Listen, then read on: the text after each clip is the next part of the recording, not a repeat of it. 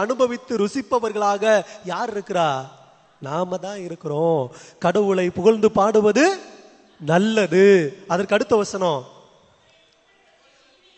அவரை புகழ்வது இனிமையானது. நிறைய நேரங்கள்ல இந்த இனிமையான வார்த்தைகள் என்கிட்ட வராது இல்லையா? இது இல்லாமோ வசைபாடுகின்ற வார்த்தைகளை நம்மளே சொல்லிருப்போம், நிறைய பேர் சொல்ல கேட்டிருப்போம். அப்படியே கேட்கும் போதெல்லாம் நமக்கு ரொம்ப ஆனந்தமா இருக்குமா இல்ல கஷ்டமா இருக்குமா? வசைபாடும் போது, நம்மை குறை கூறி வசைபாடும் போது, கெட்ட கெட்ட வார்த்தைகளால் பேசும்போது ரொம்ப இனிமையா இருக்குமா இல்ல ரொம்ப கஷ்டமா இருக்குமா?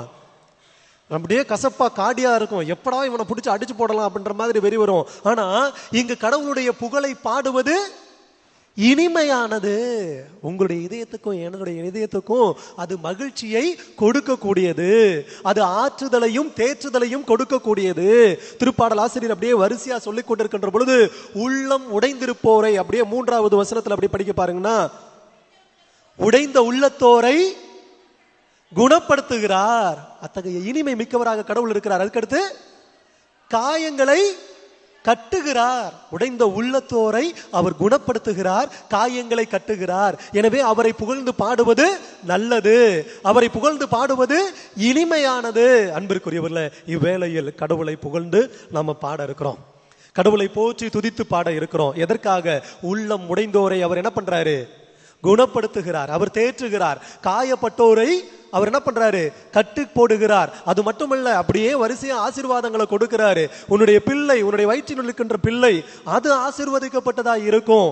மழையை பொழிவிக்கின்றார். அப்படியே வரிசையா நீங்க படிச்சுட்டு போனீங்கன்னா அருமையா அப்படியே சொல்லப்படும். மழையை பொழிவிப்பவர் அவரே, காற்றை வருவிப்பவர் அவரே, எல்லாவற்றையும் படைத்து பாதுகாத்து பராமரிக்கின்றவர் அவரே, எல்லா தீமைகளின்றும் விலக்கி நம்மை பாதுகாப்பவர் அவர் மட்டுமே. அப்படிங்கிற அருமையான வார்த்தைகளை தாவீது ஆசிரியர் நமக்கு சொல்லி நமக்கு ஊக்கமூட்டி, இவ்வேளையில் நாம் அனைவரும் எழுந்து நின்று கடவுளை துதித்து போற்றி புகழ்ந்து நம்முடைய காயங்களை அவர் கட்டுப்போடுகிறார், நம்முடைய உள்ளம் உடைந்து போய் இருப்பதை அவர் குணப்படுத்துகிறார், நம்முடைய எல்லா விதமான நோய்களில் நின்றும் அவர் நம்மை பாதுகாக்கிறார், நம்மோடு கூட இருந்து எப்போதும் நம்மை விட்டு விலகாமல் வழிநடத்துகிறார் என்ற நம்பிக்கையோடு சேர்ந்து நாம இந்த அருமையான எல்லாருக்கும் தெரிஞ்ச பாடல் தான், எந்த காலத்திலும் எந்த நேரத்திலும் நன்றியால் உம்மை நான் துதிப்பேன் அப்படிங்கிற அந்த பாடலை நம்ம எல்லாரும் சேர்ந்து பாடலாம். ரொம்ப எல்லாருக்குமே தெரிஞ்ச பாடல் தானே. ஏன்னா எந்த காலத்திலையும் எந்த நேரத்திலையும் யோசிச்சு பாருங்களேன்.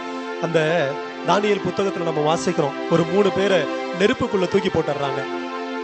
எரியும் நெருப்பு, கொழுந்து விட்டு எரிந்து கொண்டிருக்கிறது. அந்த நெருப்பு எப்படின்னா, சுள்ளிகளை எடுத்து போட்டு, சாணத்தை எடுத்து போட்டு, இன்னும் வைக்கோல்லாம் எடுத்து போட்டு, பன்மடங்குக்கு மேல நல்லா கொழுந்து விட்டு எரியணும்.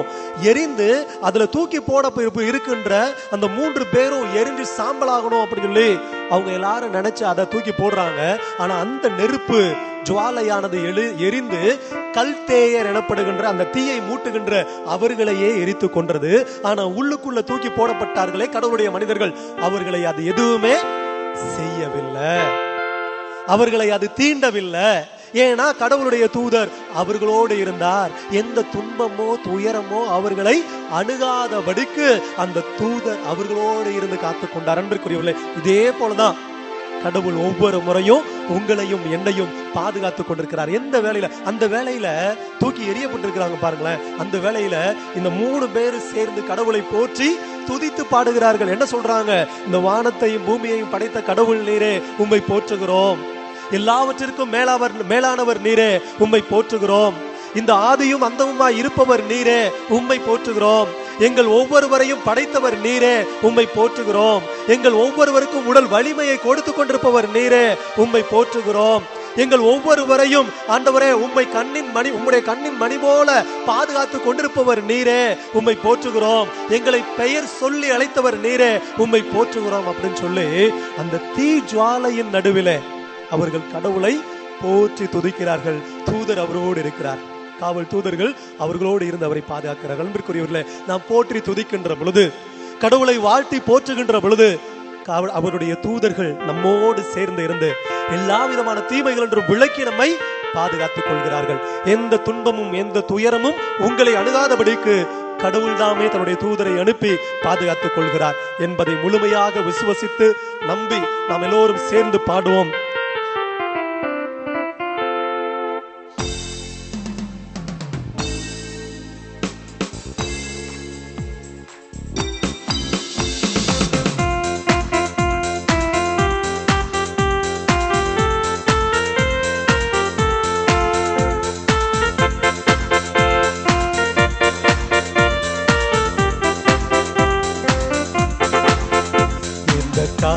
காலத்திலும் எந்த நேரத்திலும் நன்றியால் உம்மை நான் துதிப்பேன். இயேசுவே உம்மை நான் துதிப்பேன் துதிப்பேன், எந்த வேளையிலும் துதிப்பேன். இயேசுவே உம்மை நான் துதிப்பேன் துதிப்பேன், எந்த வேளையிலும் துதிப்பேன். சரி பாடுவோம். எந்த காலத்திலும் எந்த நேரத்திலும் நன்றியால் உம்மை நான் துதிப்பேன். இயேசுவே உம்மை நான் துதிப்பேன் துதிப்பேன், எந்த வேளையிலும் துதிப்பேன். இயேசுவே உம்மை நான் துதிப்பேன் துதிப்பேன், எந்த வேளையிலும் துதிப்பேன். சிறையில் அடைபட்டுக் கொண்டிருந்த அந்த சீடர்களும் அவ்வேளையில் துதித்தார்கள். சங்கிலிகளால் பிணைக்கப்பட்டிருந்த சவுலும் அந்த வேளையிலே சிறையில் இருக்கின்ற பொழுது, அடைபட்டு இருக்கின்ற பொழுதும் அவர் துதிக்கிறார், கடவுளை போற்றி புகழுகிறார். அவ்வாறு புகழுகின்ற பொழுது, அவ்வாறு போற்றி துதிக்கின்ற பொழுது, அன்பிற்குரியவர்களே, நாம் விவிலியத்தில் வாசிக்க கேட்கிறோம், தூதர், அவருடைய தூதர், கடவுளுடைய தூதர் அங்கே சென்று அவர்களை விடுவித்து அந்த சிறையில் நின்று மீட்டுக் கொண்டு அவர்களுக்கு சுதந்திரத்தை கொடுத்து கடவுளுடைய வார்த்தைகளை போதிக்கும்படியாக அவர்களை வல்லமையால் அங்கே நிரப்புகிறார். அன்பிற்குரியவர்களே, இதோ இந்த வேளையிலேயும் சரி, அதே தூய ஆவியானவரை, அவருடைய தூதர்களை இவ்வேளையில் நம் மத்தியில் அனுப்பி, நம்முடைய குடும்பத்திற்குள்ளாக அனுப்பி இவ்வேளையில் நாம் துதிக்கின்ற பொழுது நம்மை கடவுள் தேற்றுகிறார், வலிமையால் நிரப்புகிறார் என்ற நம்பிக்கையோடு, ஆதியும் நீரே, அந்தமும் நீரே, ஜோதியும் நீரே, என் சொந்தமும் நீரே என்று சொல்லி துதித்து பாடுவோம். ஆதியும் நீரே, அந்தமும் நீரே, ஜோதியும் நீரே, என் சொந்தமும் நீரே. ஆதியும் நீரே, அந்தமும் நீரே, ஜோதியும் நீரே, என் சொந்தமும் நீரே. எந்த காலத்திலும் எந்த நேரத்திலும் நன்றியால் உம்மை நான் துதிப்பேன். இயேசுவே உம்மை நான் துதிப்பேன் துதிப்பேன், எந்த வேளையிலும் துதிப்பேன். இயேசுவே உம்மை நான் துதிப்பேன் துதிப்பேன், எந்த வேளையிலும் துதிப்பேன். வாழ்விலும் நீரே, என் தாழ்விலும் நீரே, வாதையில் நீரே, என் பாதையில் நீரே என்று சொல்லி தாவீதை போல, தாவீது தன்னுடைய வாழ்க்கையில ஒவ்வொரு சூழ்நிலையிலையும் சரி, எப்படிப்பட்ட நல்ல சூழ்நிலையானாலும் சரி, கெட்ட சூழ்நிலையானாலும் சரி, தாழ்நிலையில் இருந்தாலும் சரி, தன்னுடைய எதிரிகள் தன்னை தேடி வந்து கொள்ள நினைத்த போதும் சரி, கடவுளுடைய நம்பிக்கையிலிருந்து விலகாதவராக, கடவுளை போற்றி புகழ்பவராக, அவருடைய உடனிருப்பை உணர்ந்தவராக, அவர் கடவுளுடைய பற்றுறுதியை விடாதவராக சொல்லுகிறார், என் தேவன் என்னோடு இருக்கிறார், நான் எதற்கும் பயப்பட வேண்டிய அவசியம் கிடையாது. கோலியாத் என்னை எதிர்த்து நிற்கலாம், நான் ஆண்டவரின் பெயரால் சொல்லுகிறேன், உன்னை என்னுடைய கையில் அவர் இந்த நாளிலே ஒப்படைப்பார் என்று சொல்லி அந்த கோலியாத்தை வென்றான் இந்த சிறு பிள்ளை தாவீது. அன்பிற்குரியவர்களே, வாழ்விலும் சரி, தாழ்விலும் சரி, எந்த சூழலிலும் சரி, கடவுள் நம்மோடு இருக்கிறார் என்ற நம்பிக்கையோடு சேர்ந்து பாடுவோம்.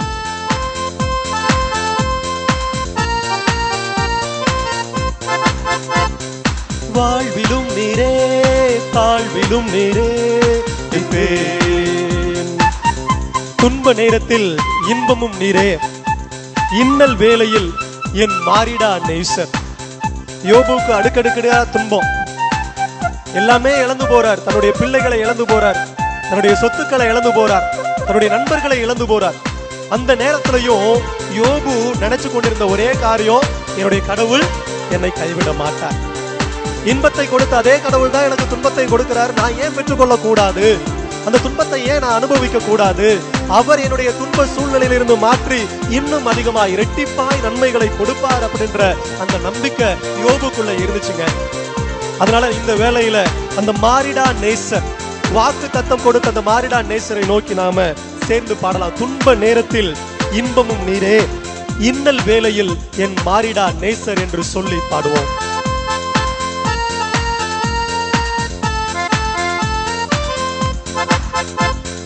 துன்ப நேரத்தில் இன்பமும் நீரே, இன்னல் வேளையில் என் மாறிடா நேசர். துன்ப வேளையில் இன்பமும் நீரே, இன்னல் வேளையில் என் மாறிடா நேசர். எந்த காலத்திலும் எந்த நேரத்திலும் நன்றியால் உம்மை நான் துதிப்பேன். இயேசுவே உம்மை நான் துதிப்பேன் துதிப்பேன், எந்த வேளையிலும் துதிப்பேன். இயேசுவே உம்மை நான் துதிப்பேன் துதிப்பேன், எந்த வேளையிலும் துதிப்பேன்.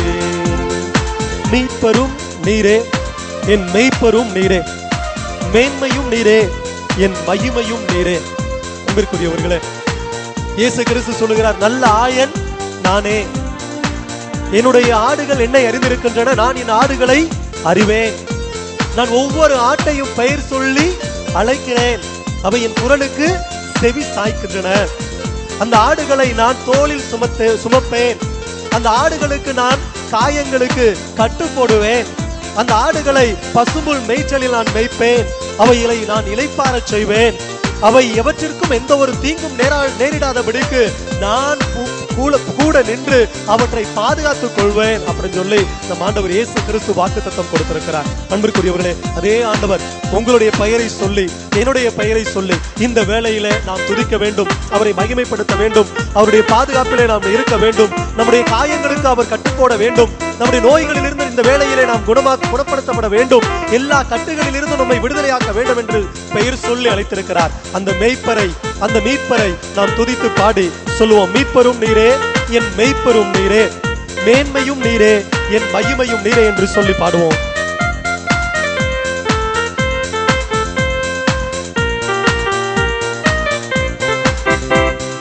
மீட்பரும் நீரே, என் மெய்ப்பரும் நீரே, மேன்மையும் நீரே, என் மகிமையும் நீரே.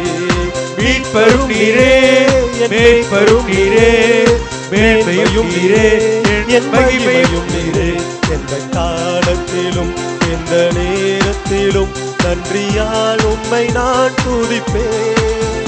இயேசுவே உம்மை நான் துதிப்பேன் துதிப்பேன், எந்த வேளையிலும் துதிப்பேன். தொடர்ந்து பாடுவோம். இயேசுவே உம்மை நான் துதிப்பேன் துதிப்பேன், எந்த வேளையிலும் துதிப்பேன். மீண்டுமாக, இயேசுவே உம்மை நான் துதிப்பேன் துதிப்பேன், எந்த வேளையிலும் துதிப்பேன். ஆண்டவரே, வேளையிலே வல்லமையோடு உம்மை துதிக்கிறோம், நன்றியோடு உம்மை துதிக்கிறோம். நீர் செய்த அனைத்து நன்மைகளை நினைத்து பார்த்து ஆண்டவரே இவ்வேளையிலே துதிக்கிறோம். எங்களுக்கு மீட்பரும் எங்களுடைய ஆயுதமாய் இருக்கிற உம்மை நாம் துதிக்கிறோம். ஆண்டவரே, எங்களுடைய கருவிலே உருவான நாள் முதலாய் இவ்வேளை வரைக்கும் எங்கள் ஒவ்வொருவரையும் பாதுகாத்து வந்தீரே ஆண்டவரே, உம்மை துதிக்கிறோம், உம்மை போற்றுகிறோம். இயேசுவே, உமக்கு நன்றி செலுத்துகிறோம் ஆண்டவரே. இவ்வேளையிலே இறைவா, எங்களுடைய உள்ளத்தில் இருக்கின்ற அனைத்து கவலைகளையும் கண்ணீரையும் நீர் துடைத்து எறிகிறீர் ஆண்டவரே. அதற்காக உம்மை போற்றுகிறோம், உம்மை துதிக்கிறோம். இவ்வேளையிலே ஆண்டவரே, எங்களுடைய உள்ளத்தை வாட்டிக் கொண்டிருக்கின்ற, எங்களுடைய குடும்பத்தை வாட்டிக் கொண்டிருக்கின்ற, எங்களுடைய தொழில்களை நல்ல முறையில் நடத்த விடாமல் தடுத்துக் கொண்டிருக்கின்ற எல்லாவற்றையும் இவ்வேளையிலே நீர் மாற்றிக் கொண்டிருக்கிறீர். அதற்காக உம்மை துதிக்கிறோம் ஆண்டவரே. எங்களுடைய நோய்களிலிருந்து எங்களை விடுதலை அளித்து இவ்வேளையிலே உம்மை பாதுகாத்துக் கொண்டிருக்கிறீர். உம்முடைய வல்லமையுள்ள கரத்தினாலே நீர் தொடுகின்றீர். உம்முடைய தூய ஆவியானவருடைய எங்களை நிரப்புகின்றேன். எனவே உம்மை துதிக்கிறோம் ஆண்டவரே. இயேசுவே உம்மை நான் துதிப்பேன் துதிப்பேன், எந்த வேளையிலும் துதிப்பேன். இயேசுவுக்கே புகழ், இயேசுவுக்கே புகழ், இயேசுவுக்கே நன்றி, இயேசுவுக்கே நன்றி, இயேசுவுக்கே நன்றி. இயேசுவே போற்றி, இயேசுவே போற்றி, இயேசுவே போற்றி. இயேசுவின் ரத்தம் ஜெயம், இயேசுவின் ரத்தம் ஜெயம், இயேசுவின் ரத்தம் ஜெயம். மரியே வாழ்க, மரியே வாழ்க, மரியே வாழ்க. கோடி அற்புதர் புனித அந்தோணியாரே எங்களுக்காக வேண்டிக் கொள்ளும். கோடி அற்புதர் புனித அந்தோணியாரே எங்களுக்காக வேண்டிக் கொள்ளும். கோடி அற்புதர் புனித அந்தோணியாரே எங்களுக்காக வேண்டிக் கொள்ளும். அனைவரும் அமர்வோம். மியூசிக் சவுண்டு கொஞ்சம் கம்மி பண்ணிக்கலாம்னு நினைக்கிறேன், இல்லையா? கொஞ்சம் அதிகமாகவே இருக்கிறது. அதனால அல்போன்சப்பா, மியூசிக் சவுண்டு கொஞ்சம் கம்மி பண்ணிக்கலாம். ஒருவேளை நான் பேசுறது புரியலட்டுனா நீங்க சொல்லிடுங்க. ஃபாதர், கொஞ்சம் பொறுமையா பேசினா நல்லா இருக்கும், ஒவ்வொரு வார்த்தைக்கு இடையில கொஞ்சம் கேப் விட்டு பேசினா நல்லா இருக்கும் அப்படின்னு சொல்லி உங்களுக்கு தோணுச்சுன்னா கொஞ்சம் கை உயர்த்துங்க.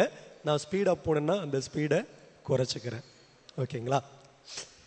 அன்பிற்குரியவர்களே, இன்னைக்கு காலையில் உட்காந்து என்ன செய்தி கொடுக்கலாம்?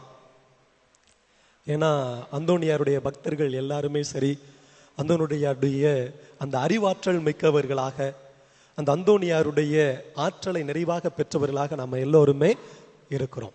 அவருடைய பரிந்துரையில் எல்லா நலன்களும் பெற்றவர்களாக நம்ம இருக்கிறோம். சரி, என்ன செய்தி கொடுக்கலாம்? ஆண்டவரே, இன்னைக்கு நற்செய்தி வாசகத்தை பற்றி நான் பேசுகிறதா, இல்லை முதல் வாசகத்தை பற்றி பேசுகிறதா, இல்லை வேறு ஏதாவது ஒரு செய்தியை நான் கொடுக்கட்டுமா அப்படின்னு சொல்லி கொஞ்சம் அமைதியாக உட்காந்து சிந்திச்ச போது, சரி இன்னைக்கு நற்செய்தி வாசகத்தோடு சேர்த்து தானியேல் புத்தகத்தில் இடம்பெற்றிருக்கிற ஒரு நிகழ்வை பற்றியும் நீங்கள் பேசுங்க, சொல்லுங்க அப்படிங்கிற மாதிரி, நீ பேசு அப்படிங்கிற மாதிரி நமக்குள்ளாக உணர்த்தப்பட்டது. அதனால இன்றைய நற்செய்தி வாசகத்தோடு சேர்த்து இந்த தானியேல் புத்தகத்தில் இருக்கின்ற ஒரு நிகழ்வையும் உங்களோடு சேர்த்து பகிர்ந்து கொண்டு இதை இன்றைய செய்தியாக நான் வழங்க ஆசைப்படுகிறேன். தானியேல் புத்தகத்தில் அந்த இணை திருமுறைகள் அப்படின்னு சொல்லி கொடுக்கப்பட்டிருக்கிறோம். கடைசியில் தான் வரும். எல்லா இறைவாக்கினர்களுடைய அந்த புத்தகங்கள் முடிகின்ற பொழுது அந்த இணை திருமுறைகள் புத்தகத்தில் வந்துடும். அதில் தானியேலில் ஃபர்ஸ்ட் எடுத்தோன்ன மூவருடைய புகழ்பா அப்படின்னு சொல்லி, 3 பேருடைய புகழ்பா அப்படின்னு சொல்லி ஒரு முதல் புத்தகம் இருக்கும். ரெண்டாவதாக ஒரு புத்தகம் தானியேலில். யாருடைய புத்தகம் அப்படின்னா, யாருடைய புத்தகம் இருக்கு? தானியேல் சூசன்னா அப்படிங்கிற ஒரு பெண்ணினுடைய வாழ்க்கையை பற்றி, அவருடைய வாழ்க்கையில கடவுள் செய்த அந்த அருஞ்செயலை பற்றி, அவங்கள அந்த சூசன்னா அப்படிங்கிற அந்த பெண்ணை எப்படி கடவுள் காப்பாற்றுகிறார் என்பதை பற்றி அந்த நிகழ்வுல அருமையா சொல்லப்பட்டிருக்கும். ரொம்ப அருமையான ஒரு நம்முடைய எளிமையான ஒரு வாழ்வை எடுத்து காட்டக்கூடிய ஒரு புத்தகம். நம்ம நிறைய நேரத்தில் படிச்சிருப்போம். யாரெல்லாம் படிச்சிருக்கீங்க சூசன்னா பத்தி? யாரெல்லாம் படிச்சிருக்கிறீங்க? ஃபுல்லுதையும் படிச்சவங்க சொல்லலாம், படிச்சவங்க கை தூக்கி சொல்லலாம். ஏன்னா நல்ல டைமிங்கோட ரைமிங்கோட நானும் திருப்பி அவங்கள பற்றி சொல்ல போகிறேன். அதனால சொன்னதே திருப்பி சொல்கிறாருன்னு சொல்லி கொஞ்சம் புளிச்சு கிடக்கலாம். இருந்தாலும் ரைமிங்கோட நம்ம பேசுவோம். இன்னைக்கு நற்செய்தி வாசகத்தில் இயேசு கிறிஸ்து தன்னுடைய 2வது முறையாக பாடுகளை பற்றி எடுத்து சொல்லி கொண்டு வருகிறார் சீடர்கள்ட்ட. நான் இது மாதிரி சாக போகிறேன்ப்பா, இந்த மூப்பர்களும் இந்த அறிஞர்களும் இவங்க எல்லாரும் சேர்ந்து என்னை கொடுமைப்படுத்தி சிலுவையில் அறைந்து என்னை கொல்ல போகிறார்கள், நான் பாடுகள் பலபட்டு இறக்கப் போகிறேன் அப்படிங்கிறத 2ஆம் முறை சொல்லி கொண்டு வருகிறார்.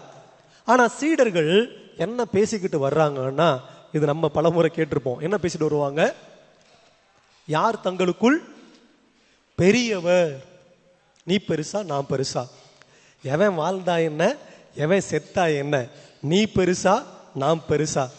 ஏசுநாதர் இருந்தா என்ன, ஏசுநாதர் போனா என்ன? நீ பெருசா நாம் பெருசா? அவர்களால விளங்கி கொள்ள முடியல. இயேசு கிறிஸ்து என்ன சொல்றாரு, எதற்கு சொல்றாரு அப்படிங்கிறத அவர்களால விளங்கி கொள்ள முடியல, புரிந்து கொள்ள முடியல. திருப்பி போய் கேட்கலாமா, விளக்கத்தை கேட்கலாமான்னு பார்த்தா அவங்களுக்கு பயம். இன்றைய நற்செய்தி வாசகத்தில் அதை பார்ப்போம். அவங்களுக்கு பயம் போய் கேட்கறதுக்கு. ஏன் பயப்பட்டாங்கன்னு தெரியுமா? இயேசு கிறிஸ்துட்ட விளக்கம் கேட்டிருக்கலாம் இல்லையா? ஏன் ஆண்டவரே இப்படிலாம் சொல்றீங்க, பாடுகள் படணும் இறக்கணும் அப்படிலாம் சொல்றீங்களே, ஏன் சொல்றீங்க அப்படின்னு சொல்லி கேட்டிருக்கலாம். ஆனா அவரு கேட்கல. எல்லா சீடர்களும் கேட்கல அவர்கிட்ட போய். ஏன் கேட்கல? மார்க்கு நற்செய்தி 9வது அதிகாரத்துல நம்ம வாசிக்க கேட்டோம். இப்ப 2 நாளைக்கு முன்னாடி வாசிக்கப்பட்ட ஒரு வாசகம். பேதுரு சொல்றாரு, நீர்தான் நிறைமகன் இயேசு கிறிஸ்து, நீதான் மெஸ்ஸியா அப்படின்னு சொல்லி சொல்றாரு. அப்போதைக்கு பேதுருவை பார்த்து புகழ்ந்து பேசுகிற ஆண்டவர் இயேசு கிறிஸ்து பேசுறாரு. அதற்கு அடுத்தபடியா பேதுரு ஒண்ணு சொல்றாரு. என்ன சொல்றாரு? இது உமக்கு நடக்கவே கூடாது, இது வேண்டவே வேண்டாம். அப்போதைக்கு ஒண்ணு சொல்றாரு இயேசு கிறிஸ்து. என்ன சொல்றாரு? ஒப்படை போ சாத்தானே, நீ கடவுளுடைய அந்த எண்ணங்களை பற்றி எண்ணாமல் மனிதனுடைய எண்ணங்களை பற்றி நீ எண்ணிக்கொண்டிருக்கிறாய். அதுக்கு முன்னாடிதான் பேதுருவே உனக்கு விளக்கியது கடவுள், தந்தையாகிய கடவுள் அப்படின்னவரு இங்க கடிந்து கொள்கிறார். போ அப்பாலே சாத்தானே அப்படிங்கிறார். இது நடந்து முடிந்த நிகழ்வுக்கு பிற்பாடுதான் இந்த நிகழ்வு நடக்கிறது. மறுபடி பேசுறாரு, தன்னுடைய சாவை பற்றி 2ஆம் முறை அறிவிக்கிறார். அப்படி அறிவிக்கின்ற பொழுதுதான் இந்த சீடர்கள் முதல்ல திட்டு வாங்கிட்டான்.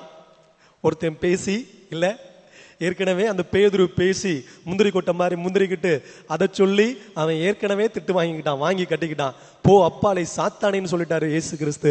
திருப்பி மறுபடி போய் விளக்கம் கேட்கணுமா? கேட்டா அவ்வளவுதான், முடிஞ்சு. நம்மளுக்கு என்ன வார்த்தையை சொல்லி வைப்பாரோ தெரியல அப்படி சொல்லிட்டு தான் ஒரு சின்ன ஒரு பயம். சாதாரணமா நமக்குள்ளேயும் அது மாதிரிதான் இருக்குல்ல. அவங்க கேட்க மறுக்கிறாங்க. ஆனா புரிகிறது இல்லையா? நம்மளுக்கு சாதாரணமாவே புரியுது பாடுகள் படணும் அப்படின்னு சொல்லிட்டு. இங்க வந்துட்டு இவர்களுக்குள்ள பேசிக்கொள்வது, அவர் பாடுகளை பற்றி பேசுகின்ற பொழுது, துன்பங்களை பற்றி பேசுகின்ற பொழுது, இவர்கள் தங்களுக்குள்ளாக பேசிக்கொள்வது எதை பற்றி? யாரு பெரியவங்க? இதாங்க இன்னைக்கு கொஸ்டின். இதைத்தான் நம்ம சிந்திக்க போறோம். இதே கேள்விய இப்ப யாரு பெரியவங்க அப்படின்னு சொல்லி நான் உங்கள்கிட்ட கேட்கிறேன். யாரு பெரியவங்க அப்படிங்கிற அந்த கேள்வியை நான் உங்கள்கிட்ட கேட்டா நீங்க யார சொல்லுவீங்க? யார சொல்லுவீங்க? என்னங்க வாயை திறக்க மாட்டேங்கிறீங்க? ஒருவேளை இவரை விட பெரியவர் வேற யாராவது இருக்கிறாங்களா? இல்ல. இவரை விட பெரியவர் யாராவது இருக்கிறாங்களா? கிடையாது. இவரை விட ஆற்றல் மிக்கவர்கள் யாராவது இருக்கிறாங்களா? கிடையாது. இவரை போல புதுமை செய்யக்கூடிய, நம்மளை காக்கக்கூடிய, உயிரளிக்கக்கூடிய, நிலை வாழ்வை அளிக்கக்கூடிய, நம்முடைய உடல் நோய்களிலிருந்து நம்மளுக்கு விடுதலை அளிக்கக்கூடிய, நலத்தை அருளக்கூடிய வேறு யாராவது இருக்கிறார்களா? இல்ல. இவரை விட பெரியவர் கிடையவே கிடையாது. அதனாலதான் பவுலடியார் சொல்றாரு, விண்ணுலகிலும் மண்ணுலகிலும் இவருடைய பெயருக்கு எல்லாருமே, விண்ணுலகர் மண்ணுலகர் யாவரும் மண்டியிடுவர். நம்முடைய மீட்புக்காக கொடுக்கப்பட்ட ஒரே பெயர், யாருடைய பெயர் கொடுக்கப்பட்டிருக்குதுன்னா இயேசுவின் பெயரே கொடுக்கப்பட்டிருக்கிறது. அவர் தான் மீட்பர். சரி, பெரியவர்கள் எப்படி இருக்க வேண்டும் அப்படிங்கிற ஒரு கேள்வி. இப்போ பெரியவர் இவரு, சரி பெரியவர்கள் எப்படி இருக்க வேண்டும் அப்படிங்கிற ஒரு கேள்வியை நான் உங்கள்கிட்ட கேட்கிறேன். நீங்க என்ன சொல்லுவீங்க? தூங்கக்கூடாது, முழிச்சிருந்து பதில் சொல்லணும். ஏன்னா இந்த நேரம் கொஞ்சம் அப்படிதான் இருக்கும். என்னன்னா அருமையா பாடல், அதுக்கப்புறம் நல்லா கைத்தட்டி ஆரவாரத்தோடு பாடிய பிற்பாடு சில நேரத்தில் அப்படியே இந்த காற்றோடு, அருமையான காற்று வருகின்ற பொழுது நாம் பேசுறதெல்லாம், நான் என்னதான் சத்தம் போட்டு பேசினாலும் அது தாலாட்டு பாடுவது போலவே இருக்கும். ஏன்னா நம்ம பெருஞ்சுமை சுமந்து சோர்ந்திருப்பவர்களே எல்லாரும் என்கிட்ட வாங்க, என்ன தர்றேன் நானு அப்படின்னு சொல்லிட்டாரு. அதனால இங்க வந்தவனே எல்லாருக்கும் தூக்கம் வந்துடலாம். அதனால தூங்கிக்கிட்டே கேட்கக்கூடாது, விழித்திருந்து என்னோடு ஜெபம் செய்யுங்கள் அப்படிங்கிற மாதிரி நீங்கள் விழித்திருந்து என்னோட சேர்த்து சிந்திக்கலாம். ஓகேங்களா? சோ என்ன நடக்கும்? பெரியவங்கன்னா எப்படி இருக்கணும்? எப்படி இருக்கணும்? எடுத்துக்காட்டா இருக்கணும். நல்லா பேசலாங்க, கொஞ்சம் பேசலாம். புரியல? பெரியவர்கள்னா எப்படி இருக்கணும்? நல்ல நரைச்ச முடியோட, வயசாகி போய் ஒரு குச்சியோட எடுத்துக்கிட்டு அப்படியே என்னப்பா சொல்லுப்பா நான் கேட்குறேன்ப்பா அப்படி இருக்கணுமா? பெரியவர்கள்லாம் எப்படி இருக்கணும்? இறை வார்த்தையின்படி வாழ்பவர்களாக, நடப்பவர்களாக, எடுத்துக்காட்டான ஒரு வாழ்க்கை வாழ்பவர்களாக, நல்லொழுக்கங்கள் நல்ல பண்புகள் நிறைந்தவர்களாக, இல்லையா? அப்படி இருக்கணும். அப்படிப்பட்டவங்க தான் பெரியவங்க. இங்க சூசன்னா புத்தகத்துக்கு இப்ப நம்ம வருவோம். சூசன்னா புத்தகத்துல 2 பேரு யூத மக்களிடையே மூப்பர்களாக நியமிக்கப்பட்டிருக்கிறார்கள். ஒரு 2 பேர் இருக்கிறாங்க. இந்த 2 பேரும் எப்படிப்பட்டவங்களா இருக்கிறாங்க அப்படின்னு சொல்லி பாத்தீங்கன்னா, அந்த யூதர்கள்ல பேர் போனவராக, மதிப்பு மிக்கவராக ஒருத்தர் இருக்கிறாரு. அவர் பேர் தான் யோவாக்கின் அப்படிங்கிற ஒருத்தர். சூசன்னா புத்தகத்துல நம்மளுடைய முதல் இதுல பார்த்தோம்னாலே, முதல் வசனத்துல அப்படியே பார்த்தோம்னாலே கொடுத்திருப்பாங்க யோவாக்கின் அப்படிங்கிற ஒருவருடைய பெயர் இருக்கும். பாபிலோனியாவில் அவர் இருக்கிறாரு. யோவாக்கின் மதிப்பு மிக்கவராக இருக்கிறாரு, செல்வ செழிப்பு மிக்கவராக இருக்கிறாரு. அவருடைய மனைவி சூசன்னா எப்படி இருக்கிறாங்க? எப்படி இருக்கிறாங்க? பேரழகியாக இருக்கிறார்கள். உடனே நம்ம இமேஜினேஷனுக்கு போயிடலாம். எப்படின்னா, யாரு பேரழகி, உலக பேரழகி அப்படின்னா யாரெல்லாம் சொல்லுவாங்க? ஐஸ்வர்யா ராய், இந்த பக்கத்துல இருந்து வருது ஐஸ்வர்யா ராய். அப்புறம் பேரழகி கிளியோபாட்ரா அப்படி சொல்லிட்டு பழசு, இப்ப புதுசுக்கு வந்தாச்சு, வேற ஒருத்தவங்க இருக்கிறாங்க. சரி, இப்படிப்பட்ட ஒரு பேரழகி, இந்த பேரழகி மீது மூப்பர்களாக நியமிக்கப்பட்ட அவர்கள், நீதி தலைவர்களாக நியமிக்கப்பட்ட அவர்கள் இச்சை கொள்கிறார்கள். இந்த பேரழகி மீது இச்சை கொள்கிறார்கள், ஆசைப்படுகிறார்கள். அன்பிற்குரியவர்களே, பெரியவர்களுக்கான குணம் இது கிடையாது. நம்முடைய வாழ்க்கைய இந்த மூப்பர்களோடு பெரியவர்களோடு பொருத்தி பார்த்தோம்னா, சில நேரங்கள்ல எனக்கு அதிகாரம் கொடுக்கப்படுகின்ற பொழுது, சில நேரங்கள்ல நான் கொஞ்சம் வசதி வாய்ப்புகளோடு பெரியவனாக மாறுகின்ற பொழுது, சில நேரங்கள்ல பிறர் எனக்கு கீழாக வருகின்ற பொழுது, சில நேரங்கள்ல என்னுடைய குடும்பத்திற்குள்ளாக நான் கொஞ்சம் அறிவாற்றல் மிக்கவனாக, கொஞ்சம் ஆற்றல் மிக்கவனாக இருக்கின்ற பொழுது, இந்த மூப்பர்களை போல சில நேரங்களில் நாம மாறி விடுகின்றோம். பெரியவர்கள் கிடையாதுங்க. காமுகர்கள், இச்சை கொண்டவர்கள், அல்லது வேறு விதமான குடியாட்டம் வெறியாட்டம் போடுகிறவர்கள்லாம், நேர்மையான வாழ்வு வாழாதவர்கள்லாம் என்ன பெரியவர்கள் கிடையாது. அன்பிற்குரியவர்களே, கடவுள் உணர்த்துகிறார். இந்த சூசன்னா தானியேலின் மூலமாக கடவுள் உணர்த்துகிறார். அப்ப பெரியவர்கள் எப்படிப்பட்டவர்களாக இருக்க வேண்டும் அப்படின்னா, நேர்மை உள்ளவர்களாக, உண்மை உள்ளவர்களாக இருக்க வேண்டும் அப்படிங்கிறத ரொம்ப தெளிவாக எடுத்து கூறப்படுகிறது. அப்போ எப்படி இருக்க கூடாது அப்படிங்கிறது இவருடைய வாழ்க்கையில் இருந்து, இந்த மூப்பர்கள் 2 பேர் இருக்கிறாங்களே, இவருடைய வாழ்க்கையில் இருந்து நாம உணர்ந்து கொள்கிறோம். என்ன பண்ணக்கூடாது? உங்களுக்கு ஆட்சி அதிகாரம் கொடுக்கப்படுகின்ற பொழுது, நீங்கள் செல்வ செழிப்பு மிக்கவர்களாக மாறுகின்ற பொழுது, கடவுள் உங்களை ஆசீர்வதித்து மேன்மையாக உயர்த்துகின்ற பொழுது, நீங்க என்ன நினைக்க கூடாது? சட்டம் இனிமே நம்ம கையில, அதிகாரம் இனிமே நம்ம கையில, நாம நினைச்சதுதான், நாம வைக்கிறது தான் சட்டம் அப்படி சொல்லி நம்ம என்ன பண்ணக்கூடாது? பெருமை கொள்ளக்கூடாது, ஆடக்கூடாது, அகங்காரம் கொள்ளக்கூடாது, ஆணவம் கொள்ளக்கூடாது. அப்படி ஆடணும்னா என்ன நடக்கும் அப்படிங்கிறத இதே பகுதியில ரொம்ப அருமையா அப்படியே பார்த்துக்கிட்டே போகலாம். அதே போல அன்பிற்குரியவர்களே, இப்போ இந்த 2 பேரும் யார் மேல ஆசைப்பட்டாங்க?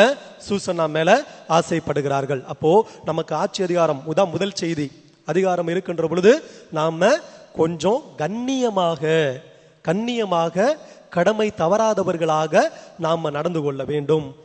அதே போல பணக்காரர்களாக இருக்கிறோம் என்றாலும் கண்ணியம் மிக்கவர்களாக நாம நடந்து கொள்ள வேண்டும். இது முதல் செய்தி. இரண்டாவதாக இப்ப பார்க்கிறோம், சூசன்னா மேல இச்சை கொண்டு அவர்கள் போகிறார்கள், ஒரு காரியத்தை பண்றாங்க. என்ன பண்றாங்க? அவளை ஆசைக்கு இணங்க வேண்டும் என்று சொல்லுகிறார்கள். அப்போதைக்கு சூசன்னா ரொம்ப அருமையான ஒரு வார்த்தையை சொல்லுகிறார். என்ன வார்த்தையை சொல்றாரு பாத்தீங்கன்னா, கடவுளுக்கு பாவம் செய்வதை விட நான் உங்க கையில அகப்பட்டு மடிவதே மேல். என்ன ஒரு அருமையான வார்த்தை இல்ல? இந்த வார்த்தையை இன்னைக்கு நாம சொன்னோம்னா முடியாது. ஐயோ, சாவுறதா? என்னைய கொல்ல போறியா? முடியாது, நான் சாக மாட்டேன், வேற ஏதாவது வழி இருக்குதா அப்படி சொல்லி நம்ம பார்ப்போம். ஆனா அவங்க சொல்றாங்க, அந்த அம்மா சொல்றாங்க, என்ன சொல்றாங்க? அருமையான ஒரு வார்த்தை.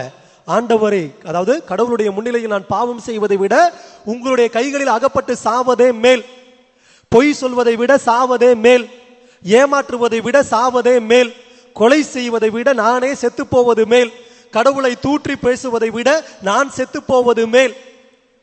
அந்த அம்மா எவ்வளவு நற்பண்புடையவராக இருக்க வேண்டும் இல்ல? அவங்களுக்கு தான் சோதனை வருது இல்ல? நேர்மையானவங்களுக்கு, ரொம்ப கஷ்டத்தோட இருப்பவங்களுக்கு சோதனை வருது. சூசன்னாவுக்கு சோதனை வருது. சூசன்னாவை கொன்று போட வேண்டும் என்று நினைக்கிறார்கள். மாட்டிக்கொண்டாங்க, முடிஞ்சிச்சு, நான் சாவுறேன்டா, நீ வந்துட்டு என்னைய போய் சொல்லிக் கொடுத்து, தவறுதலா சொல்லிக் கொடுத்து போனாலும் பரவாயில்ல, நான் சாகிறதுக்கு தயார், என்னுடைய கடவுள் என்ன பார்த்துக்குவாரு அப்படிங்கிற ஒரு நம்பிக்கையோட அவங்க சொல்றாங்க, நீ என்ன வேணாலும் பண்ணிக்கோ. கூச்சல் இடுகிறார், சத்தம் போடுகிறார். இவரே சத்தம் போடுறார், வந்துட்டாங்க அப்படி சொல்லி சத்தம் போடுறாரு. சத்தம் போட்ட பிற்பாடு அங்கே நடக்கிறது என்ன நடக்கிறது? இந்த மூப்பர்கள் அவளை கொண்டு வந்து நிறுத்துகிறார்கள், நீதிமன்றத்தில் நிறுத்துகிறார்கள். எல்லோரும் கூடி இருக்கிறார்கள். இவங்க சொல்றாங்க, இந்த அம்மா வேற ஒரு பையனோட சேர்ந்து இருக்க நாங்கள் கண்டோம், அதை பார்த்து அவனை பிடிக்க போனோம், அவன் ஓடிட்டான், இவன் மட்டும் மாட்டிக்கிட்டா, இவளை கொல்லப்பட வேண்டும் அப்படின்னு சொல்லி சொன்ன உடனே அந்த யூத மக்கள் எல்லாரும் சேர்ந்திருந்தவங்க எல்லாரும் என்ன பண்றாங்க? அவரை சாவுக்கு, கொல்வதற்கு அழைத்து செல்கின்றார்கள். அப்படி அழைத்து செல்கின்ற பொழுது இங்கதான் கடவுள் தடுத்தாட்கொள்கிறார். அன்பிற்குரியவர்களே, நேர்மையானவர்களை கடவுள் ஒருபோதும் கைவிடுவது கிடையாது. Hallelujah, hallelujah, praise the Lord, praise the Lord, praise the Lord. நேர்மையானவர்களை ஒருபோதும் கடவுள் கைவிடுவது கிடையாது. நற்பண்பு உடையவர்களை கடவுள் ஒருபோதும் கைவிடுவது கிடையாது. கடவுளுடைய பேரன்பில், கடவுளுடைய நம்பிக்கையில் நிலைத்திருக்கின்ற ஒவ்வொருவரையும் கடவுள் உதாசீனப்படுத்துவது கிடையாது, அவர்களை கை விடுவது கிடையாது, கை நெகிழ்வது கிடையாது. அன்பிற்குரியவர்களே, பாருங்களேன், அப்போதைக்கு ஒரு பையன் தாவீது அங்க இருந்துட்டு சத்தம் போடுறாரு, இவருடைய இரத்த பலியில எனக்கு பங்கு கிடையாது. தாவீது கடந்து கத்துறாரு அங்க இருந்து, எல்லாரும் அழைச்சிட்டு போறாங்க, கொல்லணும் அப்படின்னு சொல்லி இழுத்து கொண்டு செல்லுகின்ற பொழுது தாவீது மட்டும் உரத்த குரலில் தூய ஆவியானவரால் ஆட்கொள்ளப்பட்டு, பாருங்க யாரு வர்றாங்க, தூய ஆவியானவர் இறங்கி வர்றாருங்க. நேர்மையானவங்களா நம்ம இருக்கும்போது தூய ஆவியானவர் கட்டாயமா நமக்காக பரிந்து பேச, நம்மை மீட்டுக்கொள்ள அங்கே வருகிறார். அமேன், அமேன், அமேன். Praise the Lord. வர்றாருங்க, வந்து சொல்றாரு, அவன்கிட்ட தூண்டுறாரு. அவன் எழுந்து சொல்லுகிறான், இவருடைய இரத்த பலியில் எனக்கு பங்கு கிடையாது. எல்லாரும் திரும்பி பார்க்கறாங்க, யாரா அவன், திடீர்னு ஒருத்தன், நம்ம எல்லாரும் கொல்றதுக்காண்டி போறோம், இவர்கள் மூப்பர்கள், அறிவாற்றல் மிக்கவர்கள், எல்லாரும் நீதியை சொல்லக்கூடியவங்க, இவங்க இப்படிப்பட்டவங்க அவங்க தீர்ப்பளிச்சுட்டாங்க, நாமளும் தீர்ப்பளிச்சாச்சு, கொல்ல போறோம். இந்த வேளையில ஒருத்தன் எந்திரிச்சு கத்துறான், இவருடைய குற்றப்பலியில் எனக்கு பங்கில்லை அப்படின்னு சொல்லி கத்துறானே அப்படின்னு சொல்லிட்டு என்ன பண்றாங்க, அவங்க அப்படியே திரும்பி பார்க்கறாங்க. அன்பிற்குரியவர்களே, சின்னஞ்சிறு மனிதனுக்குள்ளாக கடவுள் வருகின்ற பொழுது மகத்தான காரியங்கள் அங்கே நடக்கும். தாவீதுக்குள்ளாக, அவன் சின்னஞ்சிறு பையன்தான், இளைஞன் தான், அவனுக்குள்ளாக தூய ஆவியானவர் வருகிறார். அவர் மூலமாக அங்கே ஒரு பெரிய அற்புதமான காரியத்தை இங்கே செய்கிறார். சின்னஞ்சிறு சீடர்கள் தான், அறிவாற்றல் மிக்கவர்கள் கிடையாது, படிப்பறிவு மிக்கவர்கள் அவர்கள் கிடையாது. அவர்களுக்குள்ளாக தூய ஆவி வருகிறார், பெரிய மகத்தான காரியங்கள் அங்கே நடக்கிறது. அதே போல தாவீது ஒரு சின்னஞ்சிறு பையன் தான், அவனுக்குள்ளாக தூய ஆவியானவர் வருகிறார், அவர் மகத்தான காரியத்தை இங்கே செய்கிறார். இப்படி சின்னஞ்சிறியவர்களுக்குள்ளாக கடவுள் வருகின்ற பொழுது அவர்கள் எப்படி மாறுகிறார்கள், பெரிய ஆற்றல் மிக்கவர்களாக மாறுகிறார்கள். Amen, amen. Praise the Lord, praise the Lord. உங்க எல்லாருக்குமே நல்லா தெரிஞ்ச பாட்டு, நம்ம எல்லாரும் சேர்ந்து பாடலாம். எழுந்து நின்று பாடலாமா? அந்த பாட்டு என்ன பாட்டுன்னு சொல்லி இப்போ உங்களுக்கே தெரிஞ்சிருக்கும். சின்ன மனுஷனுக்குள்ள பெரிய ஆண்டவர் வந்தா என்னென்ன காரியமெல்லாம் நடக்கும்? சின்ன சின்ன காரியங்கள் நடக்காது, பெரிய பெரிய காரியங்கள், அற்புதமான காரியங்கள், அதிசயமான காரியங்கள், பெரிய பெரிய காரியங்கள் நடக்கும். இன்னைக்கு உங்க மூலமாவும் என் மூலமாவும் அற்புதமான காரியங்கள் பலவற்றை கடவுள் செய்து கொண்டே இருக்கிறார். உங்க குடும்பத்துக்குள்ளாக, சமூகத்தின் மேலும் சரி, நம்ம மூலமா கடவுள் பல அற்புதமான காரியங்களை செய்து கொண்டிருக்கிறார். நம்மெல்லாம் யாருங்க? உயிர் காற்றை எடுத்துட்டா நம்மெல்லாம் உயிர் காற்றை எடுத்துட்டா நம்மெல்லாம் போனோம், செத்த போனோம். இந்த பணத்துக்கு மற்ற காஞ்ச கருவாடு கூட மதிப்பு உண்டு, கருவாடு, மீன் கருவாடு கூட மதிப்பு உண்டு, மற்ற உயிரினங்களுக்கெல்லாம் மதிப்பு உண்டு. ஆனால் அந்த பணத்துக்கு மதிப்பு கிடையாது, கொண்டு போய் குப்பையில போட்டுருவாங்க. ஆனால் அந்த சின்னஞ்சிறு மனுஷனுக்குள்ள அவர் தன்னுடைய தூய ஆவியை கொடுத்து, அவர் தன்னுடைய வல்லமையை கொடுத்து எப்படி மகத்தான காரியங்கள்லாம் செய்திருக்கிறார் என்றால், இந்த ஆலயத்தை கட்டி எழுப்புவது, இன்னைக்கு இந்த ஃபேனை கண்டுபிடிச்சிருக்கோம், இந்த கேமராவை கண்டுபிடிச்சிருக்கோம், இன்னைக்கு எத்தகைய பல பெரிய பெரிய காரியங்கள்லாம், அற்புதமான காரியங்கள்லாம் கண்டுபிடிச்சு ஒவ்வொரு நாளும் செய்து கொண்டிருக்கிறோம். நம்முடைய குடும்பத்திற்குள்ளாகவே நல்லதொரு வாழ்க்கையை நம்மளால வாழ்ந்து கொண்டிருக்க முடிகிறது.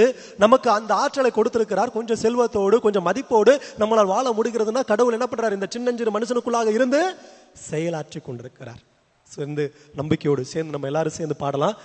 சின்ன மனுஷனுக்குள்ள பெரிய ஆண்டவர் வந்தா.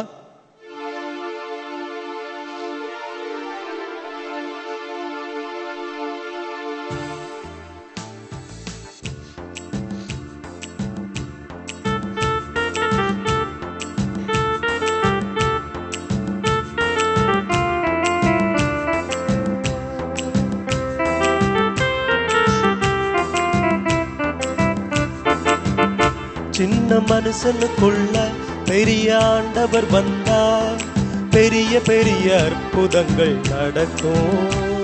உன் உள்ளத்துக்குள்ள தேவ வல்லமை வந்தா, உன்னை கொண்டு எல்லாம் நடக்கும். சேர்ந்து பாடுவோம். சின்ன பெரிய ஆண்டவர் வந்தா, பெரிய பெரிய அற்புதங்கள் நடக்கும். உன் உள்ளத்துக்குள்ள தேவ வல்லமை வந்தா, உன்னை கொண்டு எல்லாம் நடக்கும். உன்னை கொண்டு அற்புதங்கள் நடக்கும். உலகமே உன்னை பார்த்து வியக்கும். உன்னை கொண்டு அற்புதங்கள் நடக்கும். உலகமே உன்னை பார்த்து வியக்கும். உன் உள்ளத்துல இயேசு வந்தா எல்லாமே மாறும். சின்ன மனுஷனுக்குள்ள பெரிய ஆண்டவர் வந்தா, பெரிய பெரிய அற்புதங்கள் நடக்கும். உன் உள்ளத்துக்குள்ள தேவ வல்லமை வந்தா, உன்னை கொண்டு எல்லாம் நடக்கும். அன்பிற்குரியவர்களே, பேதுருவை தன்னுடைய ஆவியால நிரப்புறார் ஆண்டவர். அவருக்குள்ள தன்னுடைய வல்லமையை கடவுள் கொடுக்கிறார். அவர் தெருவில் நடந்து போகின்ற பொழுது அவருடைய நிழலானது படுகின்ற ஒவ்வொருவருமே அங்கு குணமாக்கப்படுகிறார்கள். அன்பிற்குரியவர்களே, திருமுழுக்கின் வழியாக யோசிச்சு பாருங்களேன். திருமுழுக்கின் வழியாக நாம் பெற்றுக்கொண்ட புது நன்மையின் வழியாக, நம்முடைய உறுதி பூசுதலின் வழியாக, திருமணத்தின் வழியாக, இந்த குருத்துவத்தின் மூலமாக ஒவ்வொரு முறையும் தூய ஆவியானவரை நம்மீது பொழிகிறார் கடவுள். உங்களை கொண்டும் என்ன கொண்டும் பல அற்புதமான காரியங்களை, அதிசயமான காரியங்களை குணப்படுத்தக்கூடிய ஒரு ஆற்றலையும் கடவுள் கொடுத்து கொண்டே இருக்கிறார். அன்பிற்குரியவர்களே, நிறைய பேர், சில பேருடைய வாழ்க்கையில நாம சொன்ன சிறு வார்த்தைகள் அவருடைய வாழ்க்கையை மாற்றி போட்டிருக்கோம். சில பேர்ட்டு போய் சொல்லியிருப்போம், ஏமா அப்படி அவளுக்கு கவலைப்படுற, அவஸ்தப்படுற, கவலைப்படாதம்மா, கட்டாயம் கடவுள் உனக்கு உதவி செய்வாருமா, என் மூலமா கடவுள் உன்கிட்ட பேசுறாருமா, உனக்கு இனிமே அந்த துன்ப துயரமெல்லாம் மாறி போயிடுமா அப்படின்னு சொல்லி நீங்க சொல்லுகின்ற பொழுது, இதெல்லாம் நடக்காதுப்பா, கவலைப்படாதப்பா, நான் உனக்காக ஜெபம் பண்ணிக்கிறேன்பா அப்படின்னு சொல்லி ஜெபம் செய்து விட்டு வந்த போது அவங்களுடைய வாழ்க்கையில சிறு மாற்றங்கள் ஏற்பட்டிருக்கும். சந்தோஷமா உங்கள்கிட்ட சொல்லியிருப்பாங்க, அக்கா அன்னைக்கு நீங்க ஜெபிச்சுட்டு போனீங்க, அன்னைக்கு இப்படி சொல்லிட்டு போனீங்க, அண்ணன் நீங்க இப்படி சொல்லிட்டு போனீங்க, என்னுடைய வாழ்க்கையில ஒரு மாற்றத்தை நான் உணர்றேன், ஒரு அதிசயத்தை நான் உணர்றேன் அப்படின்னு சொல்லி அவங்க சொல்லியிருப்பாங்க. யோசிச்சு பாருங்க, கடவுளுக்கு நன்றி சொல்லுங்க. உங்களை கடவுள் கருவியாக பயன்படுத்துகிறார். அன்பிற்குரியவர்களே, சாதாரணமானவர்களை கடவுள் தொட்டு, சாதாரணமானவர்களை தான் கடவுள் என்ன பண்றாரு, வல்லமைக்கு கருவியாக பயன்படுத்தி கொண்டிருக்கிறார். இவ்வேளையில அந்த பேதுருவை தேடி ஒரு கூட்டம் ஓடி வந்துச்சு அப்படின்னு சொல்லி அந்த பாடலை பாடுவோம். தெருவில் பேதுருவை தேடி ஓடி வந்தது ஒரு கூட்டம், நிழலை தொட்டவுடன் வியாதி சொல்லாமல் போனதையா ஓடி அப்படின்னு சொல்லி நம்ம எல்லாரும் சேர்ந்து பாடலாம்.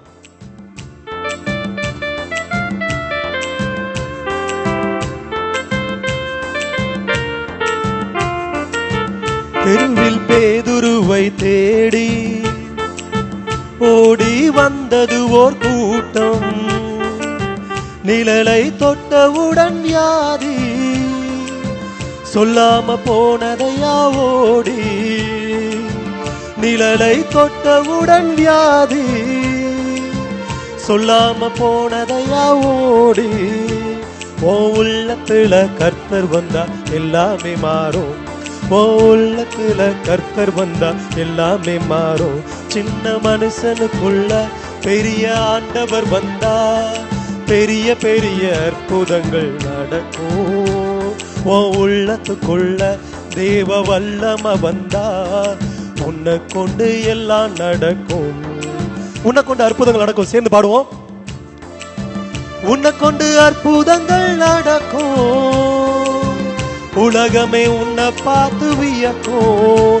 நெஞ்சில கை வச்சு, உன்னை கொண்டு அற்புதங்கள் நடக்கும், உலகமே உன்னை பார்த்து வியக்கும். ஓ உள்ளத்துல இயேசு வந்தா எல்லாமே மாறும், ஓ உள்ளத்துல இயேசு வந்தா எல்லாமே மாறும். சின்ன மனுஷனுக்குள்ள. அன்பிற்குரியவர்களே, இவ்வேளையில நம்ம ஒவ்வொருக்குள்ளாகவும் கடவுள் இறங்கி வந்து கொண்டிருக்கிறார். நம்ம கண்களை மூடி கரங்களை குவிச்சு, ஆண்டவரே எங்க மீது இறங்கி வாருங்க, எங்க ஒவ்வொருவரையும் உம்முடைய வல்லமை மிக்க கருவியாக பயன்படுத்துங்க. ஆண்டவரே, நாங்களும் உம்முடைய அந்த சீடர்களை போல உம்முடைய அந்த ஆற்றலினால், உம்முடைய அந்த வல்லமையினால், உம்முடைய அந்த வார்த்தையினால், உம்முடைய அந்த தூய ஆவியானாரால் இவ்வேளையில நாங்கள் நிரப்பப்பட வேண்டும் ஆண்டவரே அப்படி சொல்லி கண்களை மூடி கரங்களை குவித்து ஜெபியுங்க. நம்ம ஜெபிக்க உங்களுடைய ஜெபத்திற்கு, உங்களுடைய விண்ணப்பத்திற்கு கடவுள் செவி மடுக்கிறார். இன்னைக்கு அந்த சூசன்னாவுடைய புத்தகத்துல நம்ம கேட்டது போல அந்த தாவீதினுடைய மேலே அந்த சிறு பையனின் மீது இறங்கி வந்த அந்த ஆவியானவர் இவ்வேளையில நம் மீதும் இறங்கி வந்து அன்பிற்குரிய நமக்கு வெளிப்படுத்த வேண்டும். எது நன்மை, எது தீமை, யார் நல்லவர்கள், யார் கெட்டவர்கள், எது நல்லது எது கெட்டது என்பதை நாம் முழுமையாக உணர்ந்தவர்களாக நாம வாழ்வதற்கு அவருடைய அருளை பொழிய வேண்டும் என்று கண்களை மூடி, நிறைய பேர் கண்களை மூடி ஜெபிப்பது கிடையாது. நம்ம ஜெபிக்க அந்த ஜெபத்திற்கு வல்லமை இருக்குதுங்க. நான் இப்பதான் கொஞ்ச நேரத்துக்கு முன்னாடி சொன்னேன், நீங்க ஜெபித்ததற்காக பல பேருக்கு நல்லது நடந்திருக்குது, அவங்களும் சொல்லி இருக்கிறாங்க. அதே போல நீங்களும் உங்களுக்காக ஜெபிக்கின்ற பொழுது அந்த ஜெபத்தின் காரணமாக வல்லமை நிச்சயமாக உங்களுடைய குடும்பத்துல வெளிப்படுகிறது. இவ்வேளையில் உங்களுடைய குடும்பத்தை கடவுள் ஆசீர்வதிக்கிறார். நீங்கள் என்ன காரியங்களை நினைத்து கேட்டு இந்த ஆலயத்தில் நீங்கள் இப்பொழுது கூடியிருக்கிறீர்களோ, இந்த ஆராதனையில் நீங்கள் பங்கெடுத்துக் கொண்டிருக்கிறீர்களோ, அந்த வேண்டுதலை கடவுள் கனிவோடு செவி சாய்த்து அந்த வேண்டுதலை உங்களுக்கு அளிக்கிறார். இவ்வேளையில் அன்பிற்குரியவர்களே, ஜெபிப்போம், வல்லமையோடு ஜெபிப்போம். தூய ஆவியானவருடைய அந்த வல்லமையோடு இவ்வேளையில் எடுத்து சொல்லுவோம். எல்லாத்தையும் சொல்லி அவருடைய வல்லமையை நிறைவாக பெற்றுக்கொள்வோம். இயேசுவுக்கு புகழ், இயேசுவுக்கு புகழ், இயேசுவுக்கே புகழ், இயேசுவுக்கே நன்றி, இயேசுவுக்கே நன்றி. மரியே வாழ்க. அன்பிற்குரியவர்களே, இன்னும் ஒரு சின்ன செய்தி, அப்படியே உட்காரலாம். சின்ன செய்தி அப்படின்னா, அவங்கள பிடிச்சி இழுத்துட்டு போறாங்க சூசன்னாவை. 42வது அந்த வசனம், இணைத்திருமுறையில் அந்த 2வது சூசன்னாவுடைய அந்த இதுல 42வது வசனம் படிங்களேன். உரத்த குரலில் கதறி, இப்ப கொல்ல அழைச்சிட்டு போறாங்க அந்த அம்மாவை. நேர்மையா வாழ்ந்ததுக்கு தண்டனை என்ன பண்றாங்க, கொல்ல அழைச்சிட்டு போறாங்க. அப்போதைக்கு அந்த அம்மா என்ன பண்றாங்க, கதறுகிறார்கள், அழுறாங்க. ஐயோ, நான் என்ன பண்ண, என்ன பாவம் பண்ண. அடுத்து அப்படியே உள்ள வார்த்தைகள். நம்முடைய வாழ்க்கையில சில நேரங்களில் நம்ம இப்படி துன்பங்களை சந்திக்கும் போது நம்ம கேட்கக்கூடிய கேள்வி இதுதான், ஆண்டவரை நோக்கி கேட்கின்ற கேள்வி. நிறைய நேரங்களில் இந்த ஆலயத்தில் கண்ணீரோடு கைவிரித்து கேட்கின்ற கேள்வி, ஆண்டவரே நான் என்ன பாவத்தை பண்ணேன், ஏன் எனக்கு இப்படிப்பட்ட ஒரு சோதனை, ஏன் இப்படி நல்லவனா தானே இருந்தேன், எல்லாருக்கும் நல்லதை தானே நினைச்சேன், எனக்கு ஏன் இப்படிப்பட்ட ஒரு கஷ்டத்தை கொடுக்கிறீரு, அடுக்கடுக்கா துன்பத்தை கொடுக்கிறீரு அப்படின்னு சொல்லி நம்ம அழுவோமே. அதே போல இந்த சூசன்னாவும் அழுகிறாங்க, அழுது ஜெபிக்கிறார்கள், கூக்குரலிட்டு அழுது சொல்றாங்க. என்ன சொல்றாங்க, என்றும் உள்ள இறைவா, எப்போது இருக்கிற ஆண்டவரே. நம்ம முதல்ல பாடணுமே, ஆதியும் நீரே அந்தமும் நீரே அப்படின்னு சொல்லி பாடணுமே. என்றும் உள்ள இறைவா, மறைவானவற்றை நீர் அறிகிறீர். அன்பிற்குரியவர்களே, நாம நினைக்கலாம் இதெல்லாம் மறைச்சிட்டேன், இந்த தவறுகளெல்லாம் நான் மறைச்சிட்டேன், இந்த பாவத்தை எல்லாம் நான் மறைச்சிட்டேன் அப்படின்னு சொல்லி நம்ம அடுக்கடுக்கா பாவங்களை செஞ்சுட்டு போகலாம். மனிதர் கண்ணுல நம்ம எல்லாத்தையும் மண்ணை தூவிட்டு போயிட முடியும். மனிதர் கண்ணுல நாம மண்ணை தூவிட முடியும். ஆனா கடவுளுடைய கண்ணுல எதையும் மறைக்க முடியாது. எல்லாவற்றையும், மறைவாய் இருக்கிற எல்லாவற்றையும் அறிந்திருப்பவர் நீரே அப்படின்னு சொல்லி அந்த அம்மா சொல்லி ஜெபிக்கிறாங்க. சூசன்னா கண்ணீரோடு ஜெபிக்கிறார். அடுத்து, நிகழும் முன்பே எல்லாமே உமக்கு தெரியும், நான் நேர்மையானவன், நான் உண்மையானவ, என்ன என்னுடைய வாழ்க்கையில இப்படிப்பட்ட கஷ்டம் ஒரு நடக்க போகுது, எனக்கு எதிராக துன்பம் வரப்போகுது, என்ன பழி தூற்றி பேச போறாங்க அப்படிங்கிறது இது உமக்கு முன்னமே தெரியும் ஆண்டவரே அப்படின்னு சொல்லி அங்க கதறி அழுறாங்க அந்த அம்மா சூசன்னா. நிறைய நேரங்களில் நம்மளும் சில நேரங்கள் அழுகலாம்.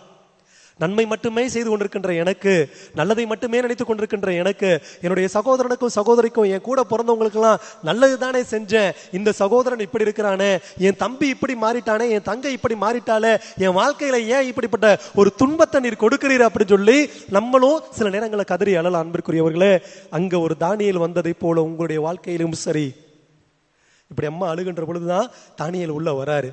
சின்னஞ்சிறு மனுஷனுக்குள்ள வர்றாரு, கடவுள் வர்றாரு. சின்னஞ்சிறு மனுஷனுக்குள்ள அத்தகைய தீங்கிலிருந்து அவரை மாற்றுகிறார், அந்த தீங்கை மாற்றுகிறார். என்ன பண்றாரு, இந்த மூப்பர்கள், இவர் கத்தின பிற்பாடு இந்த மூப்பர்களை தனித்தனியா விசாரிக்கணும். கூப்பிடுறாரு.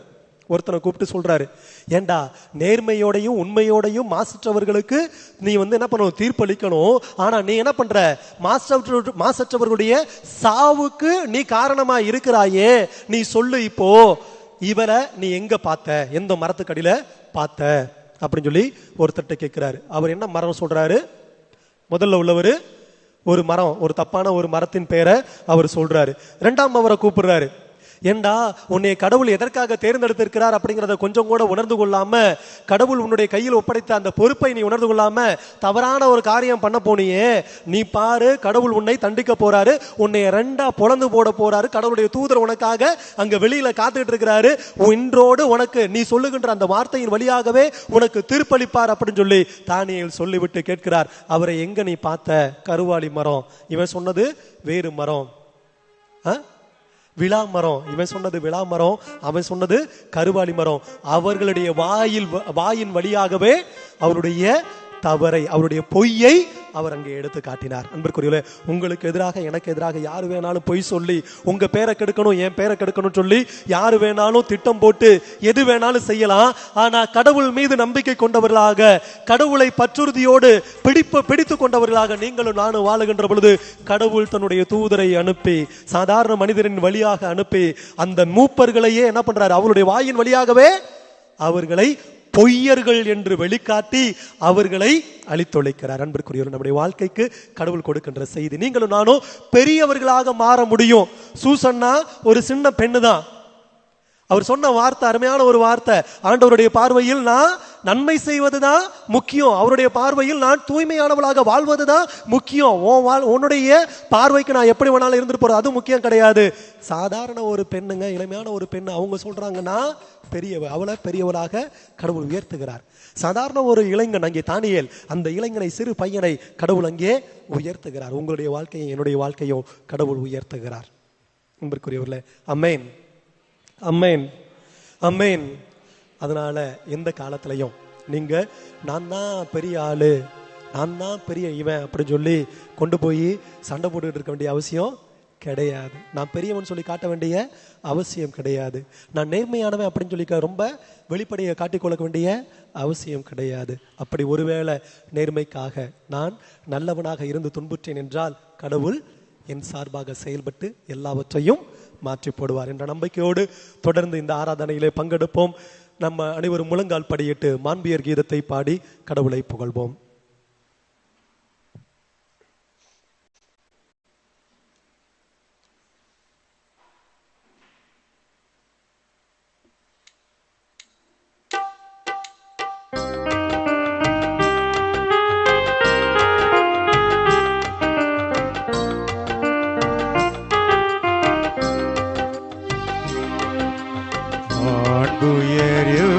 வருளருள் மனத்தை தாழ்ந்து பணிந்து ஆராதிப்போம். பழைய நியம முறைகள் அனைத்தும் இனி மறந்து முடிவு பெருக புதிய நியம முறைகள் வருக உலகளாலே மனிதனை அறிய இயல முறைகள் நீக்க விசுவாசத்தின் உதவி பெறுக. பிதாவுக்கும் புதனிவர்க்கும் புகழ்ச்சியோடு வெற்றியாகும். மீட்பின் பெருமை மகிமையோடு வலிமை வாழ்த்தி யாவுமாக இருவரிடமாய் வருகின்றவரம் தூய ஆவி யானவர்க்கும் அளவில்லாத சம புகழ்ச்சி என்றுமே உண்டாவதாக.